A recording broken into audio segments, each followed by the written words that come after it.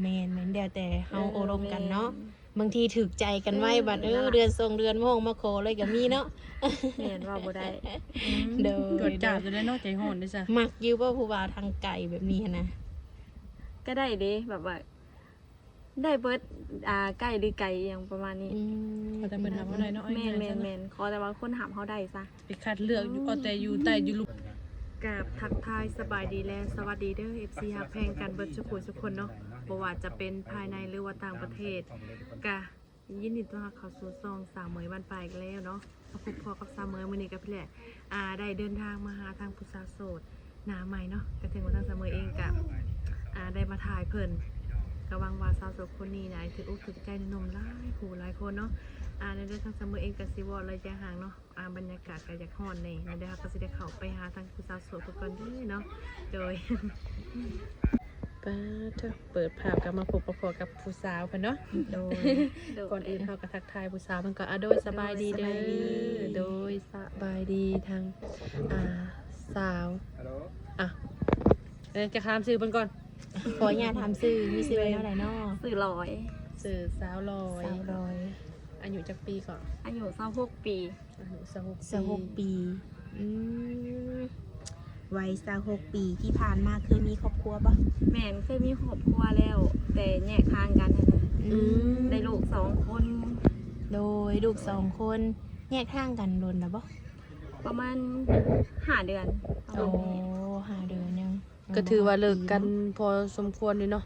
ก็ แม่น ก็อยากโดนอยู่ตั้งครึ่งปีเลยเนาะ แม่น ก็ถือว่าตัดขาดกันท้าวอนแล้วแม่นบ่ แม่นตัดขาดกันทาวรแล้ว โอ้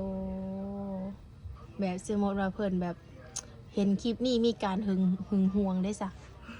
บ่มีแบบต่างคนต่างกันนั่นแล้วเนี่ย เออ ต่างคนต่างให้อิสระกันเลยเนาะ แม่น ก่อนเฮาสิเลิกลากันก็เว้ากันละเอียดเลยเนาะ แม่น มันจังซี่แบบว่าเจ้าไปมีใหม่เฮาก็บ่สามารถถึงห่วงเขาแม่นบ่ แม่น อ ต่างคนต่างแบบบ่ได้อันนั้นกันแล้วนะ อืม แบบแยกทางกันแบบว่า แบบเว้ากันโดยดีแบบบ่ได้มีผิดเถียงกันนะ โอ้ ต่างคนต่างแบบ บ่มีแบบแบบผิดเถียงกันอีหยังแบบนี้เว้ากันแบบ เข้า จบ ใจ กันแบบแม่น เอาง่ายๆซะคนเฮาเนาะในเมื่อเฮาอยู่กันบ่ได้แล้วเนาะเฮาก็มีแต่เปิดใจมาเว้ากัน ในเมื่อเฮาอยู่กันแล้วมันก็อึดอัดใจเจ้าบ่มักตัวนี้เขาบ่มักตัวนี้ก็มีแต่เว้ากันอย่างโดยดีเนาะ แม่น ก็ถือว่าโอเคแล้วเนาะโดยลูก2 คนนี่อยู่น้ำเจ้าบ่ แม่นอยู่น้ำผอยอยู่น้ำผอยเบอร์ ผู้หญิงผู้ชายบัดนี้ 2ผู้โกกน่ะเป็นผู้ชายผู้ที่2น่ะเป็นผู้หญิง โอ้ เมดเดียวเนี่ยเนาะสาระน้อยเนาะ แม่น เลี้ยงเดี่ยว แบบทางพ่อเพิ่นก็บ่ได้ส่งยืนหยังบ่ ก็ยืนอยู่ส่งอยู่ แบบ เดือนละแบบแต่ละเดือนฐานะเงินเดือนออกเพิ่นก็เอามาให้ประมาณนี้ โอ้ เพิ่นก็เบิ่ง เพิ่น อยู่ ก็ยังดีเนาะ แม่น ที่ว่าบ่ถิ่มบ่ป้าลูกเพิ่น ลูกเต้าเพิ่นบ่ป้าแต่พอเพียงแต่เฮาอยู่นํกันแบบพ่อแม่อยู่กันบ่ได้ซื่อ เนาะ แต่ว่าลูกยังเบิ่งนํกันคือเก่าแบบนี้หั่นนะเนาะ แม่ สิทำนองนี่แหละพอเบิ่งแล้วนี่ แต่แบบบ่ได้หวั่นไหวอีหยังเนาะ อืม อย่าไปเฮ็ดแล้วหัวใจเต้นบ่ บ่แบบต่างคนน่าจะแบบต่างคนต่างบ่ได้หักกันแล้วค่ะนะแบบอยู่รวมกันแล้วแบบคือแบบว่าน่าสิแบบเบิดหักกันแล้วมั้งแบบบ่ได้ผิดบ่ได้เถียงกันแบบแยกทางกันแบบแบบต่างคนต่างแบบบ่รู้สึกอีหยังประมาณนี้ มันก็มีกันเขาเอิ้นง่ายๆก็คือจุดอิ่มโตอีหยัง แม่ นี่ นประมาณนั้น เห็นหลายๆคนแบบนี้นะคันมันบ่ฮอดจุดใดจุดหนึ่งคันคนเฮาเนาะ แม่น สิว่า แต่ จัง ยังว่าดีนํกันปกติเพราะว่าเฮามีลูกนํกันเนาะ โดย มีลูกแบบว่าเฮานึงติดต่ออยากเอาลูกเมื่ออยู่เมื่อลินน้ำบ่ออีหยังประมาณนี้ค่ะนะหรือว่าสิมาหาลูกบ่กับแบบบอกกันบางที โดย ก็ยังว่ากันปกติแต่บ่ได้ฮู้สึกว่าสิแบบว่าก ลับมาหักคือกั แม่ น น กลับมาหักกันกลับมาใช้ชีวิตแบบว่าเป็นผัวเมียนี่คือสิบ่ได้แล้ว แม่น ถ้าว่ามาเป็นพ่อแม่ลูกเลี้ยงกันนี่คือเก่า แม่น เนาะ โดย เข้าใจเพิ่นอยู่ตรงนี้ค่ะ นี่ก็ได้ว่าอยากออกมาเปิดใจ เปิดโอกาสให้ตัวเองเนาะ แม่น เลิกล่ากันหาเดือนนี่แบบเคยมีผู้บ่าวเข้ามาโอลมอยู่บ่ สิแบบจริงจังนะบ่มีแบบคือแซดหยอกอีหยังปกติแบบนี้นะ แบบหยอกมาแสดด้ามมือสองมือแบบนี้นะเคยมีแต่แบบจริงจังบ่มี โดยในทางสาวดอยนี่คิดว่าตอนนี้เนาะพร้อมสร้างครอบครัวใหม่บ่หรือว่าหาแค่คนโอบคนลมไปก่อน ว่าสร้างครอบครัวนะก็แบบว่าขอแบบว่า โอ้ลมกันไปเบิ่งกันไปก่อนค่ะนะ โดย ก็ยังบ่พร้อมสิแบบว่าเข้ามาแล้วอยากสร้างครอบครัวเลยสิก็ยังบ่พร้อมปานใด ต้องรวมกันศึกษาเบิ่งใจ แม่ กันก่อนเนาะ แม่ โดยเรื่องอายุของเพิ่นเด้ อ่าก็บ่ติเด้อายุแต่แบบว่า ขอแบบคันหาซิปลงมาก็โอเคอยู่ถ้าสูงขึ้นเกินก็ จูงขึ้นเกินนี่คือเบิดซิดบ่ ก็บ่เสมอไป แต่แบบว่าถ้าโอลมกันเข้าใจกันก็บ่มีปัญหาประมาณ โด นี้ ย เอาง่ายๆกันยังอยู่ในหมวดคัดเลือกอยู่เอาง่ายๆซะเนาะเขายังเว้าบ่ได้เนาะเอาง่ายๆซะละสิว่า50ลงมาเอาก็คือแบบตรงแบบว่าเว้าไว้หั่นนะ แต่ว่าบางเทื่อเพิ่นเข้ามาแบบอายุเพิ่น60อาจสิลองคุยกันเบิ่งก็มีเนาะคุยแล้วถูกใจกันบ่แบบนี้หั่นน่ะหาสิว่าเผื่อไว้ซื่อๆบางเทื่อเพิ่นนั่นนะ เพราะว่าส่วนหลาย FC ของซาเมอร์นี่โอ้รุ่น60เนาะถ้าแล้วเนาะ แม่น 60ลงมาเด้ 60ลงมา แต่ว่า60นี่คือสไตล์ของเพิ่นนี่60นี่ซ้ำประมาณ40ปลาย แม่น หน้าตาดีหล่อ มึงเถอะเพิ่นว่า ลายตลอดว่ะ แบบคือความหมายอายุเพิ่น60ปลาย64 65แต่ว่าอายุเพิ่นโอ้ยมันเป็นเบิ่งหน้าตานี่ประมาณ40ปลายนี่นะ50นี่เนาะซ้ำนี่แหละประมาณซ้ำนี่แหละ โดยในทางสาวดอยมักผู้ชายแบบในสาวดอย บูมีสเปคตายตัวดิแบบว่าถามแบบเว้ากันแล้วเว้าแบบเข้าใจกันค่ะนะกับบูมีปัญหา โอ้ บูมีสเปค แบบเด็กก็ได้เนาะขอแค่ว่า แม่น โอารมณ์กันเข้าใจกันโดยถือว่าบ่มีอย่างไรเนาะเสมอเนาะ แม่นเพราะว่า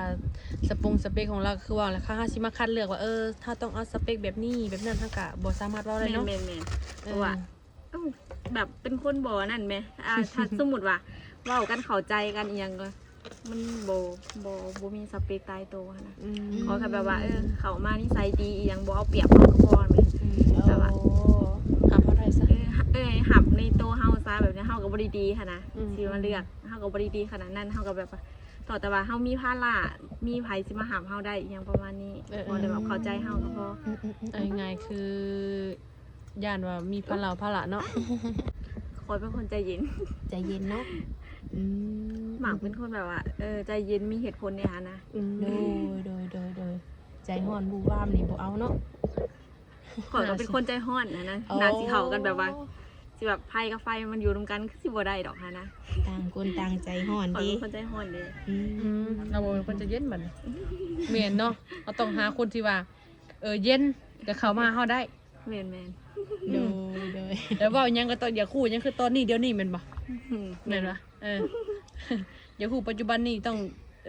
มีหยังก็ตามต้องให้จะแจ้งตอนนี้เดี๋ยวนี้เลยแบบเดียวกันขอได้เลย แม่น โดย แต่ว่าฮ้อนไว้ก็ดีไว้เนาะ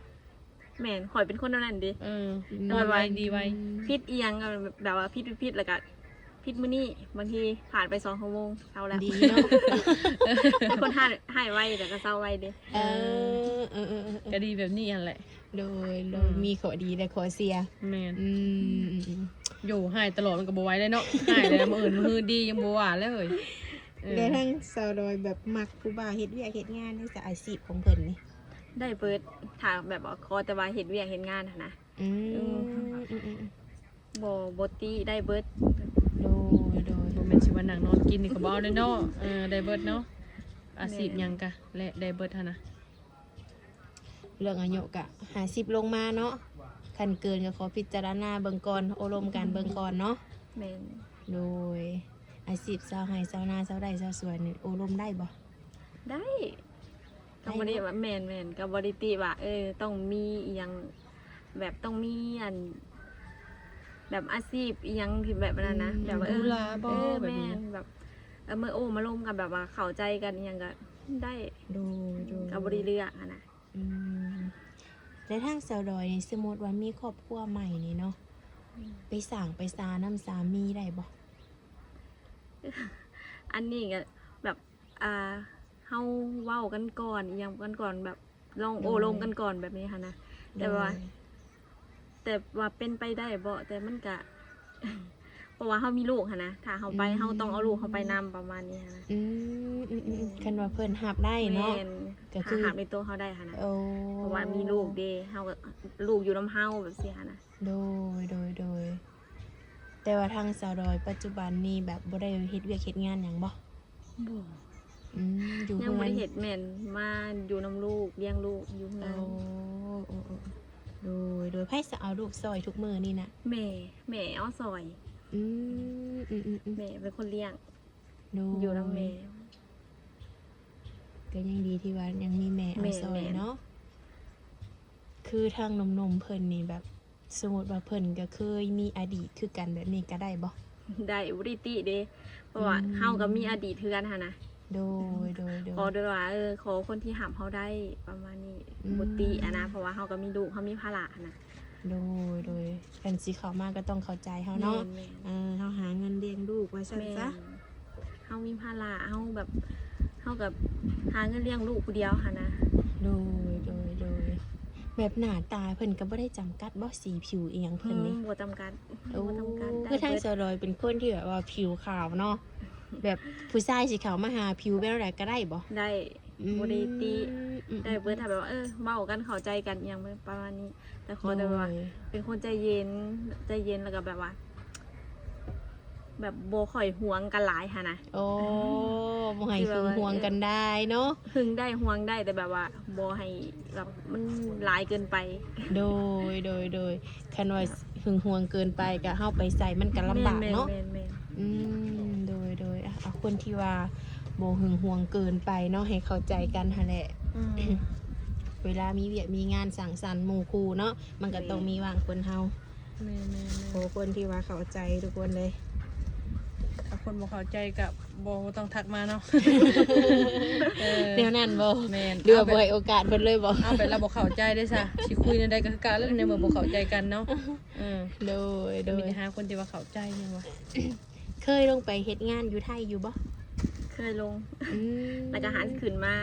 ประมาณ โอ้ ขึ้นมามือวานมือซื้อนี้หันขึ้นมา เฮ็ดงานอยู่แถวใดสรอย เหตุงานอยู่แถวบางแค แถวบางแค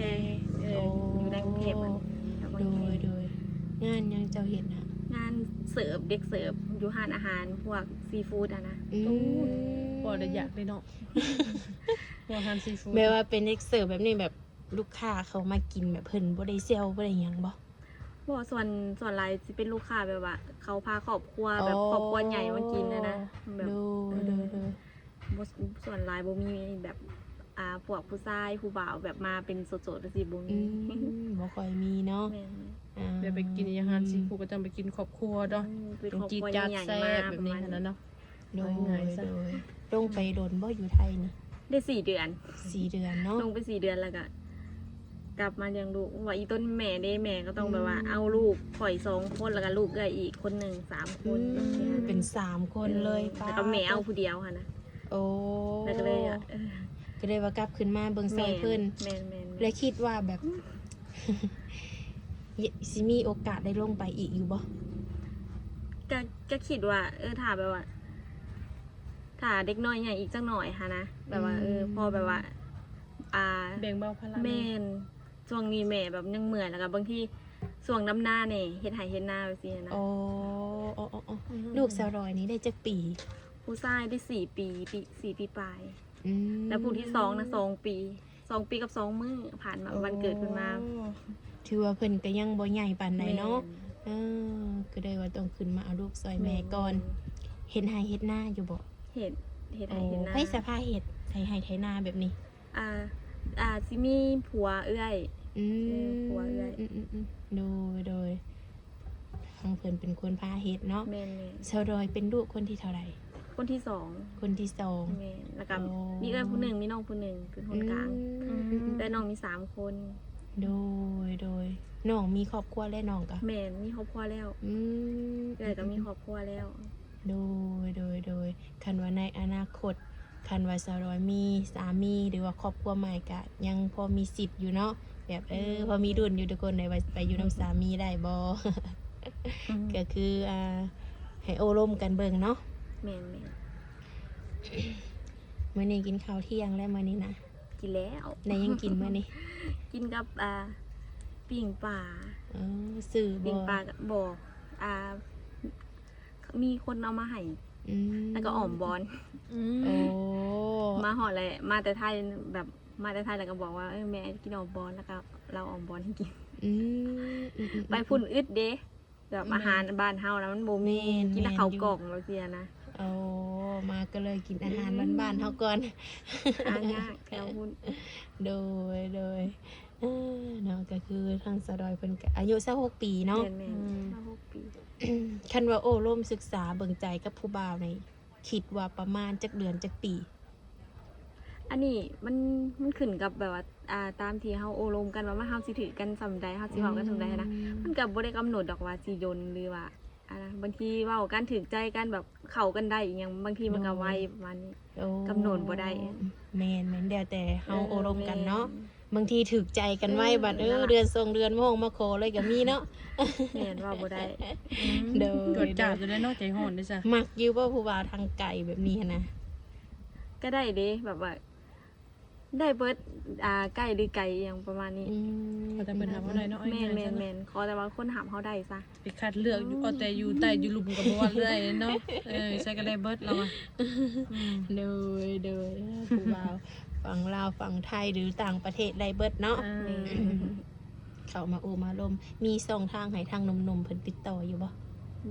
มีหยังแน่ มีเฟซแล้วก็มีไลน์ แจกได้เบิดทั้งสองบ่ แม่น โอ้ถือว่าบ่มีความลับหยังเนาะ แมน เห็นว่าบางคนก็แบบซ่อนผู้บ่าวไว้ในเฟซได้หยังบ่ บ่มีผู้บ่าว หรือว่าโสด100%เนาะ โสด100% ปิดไว้นะปิดไว้อยู่คือห่อหมกไว้นี่บ่แม่นเนาะ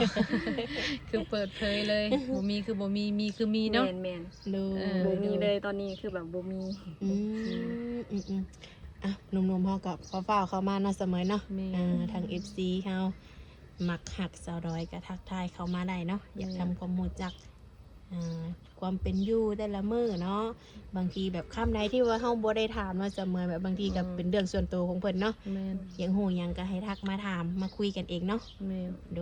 ดยทางเสมอมีหยังสิถามเพิ่นอีกบ่ แบบว่ายังทาน ก็มีแต่ว่า อาจจะถามบ่ได้เด้จ้ะเนาะจะถามบ่ ก็ ได้ มีแต่ว่าให้ทางหนุ่มๆเพิ่นเขามาโอ้มาลมมาถามเนาะ เด้อ เฮาก็สิถามเป็นบางส่วนให้แหละทุกคนเลย เด้อ มีแต่ว่าโอกาสหน้าสิมาอัปเดตให้ทาง FC หรือว่าทางหนุ่มๆเพิ่นได้เบิ่งใหม่เนาะ เด้อ โดยจังใดก็ขอมุกขอบใจทางสาวดอยเนาะเสียสละเวลามาโอมาลมนำทางทีมงานเฮาให้พบพ่อคนดีๆเด้อเข้ามาในชีวิตโดยจังใดก็กลับก่อนเนาะบัดนี้เนาะ เด้อสบายดี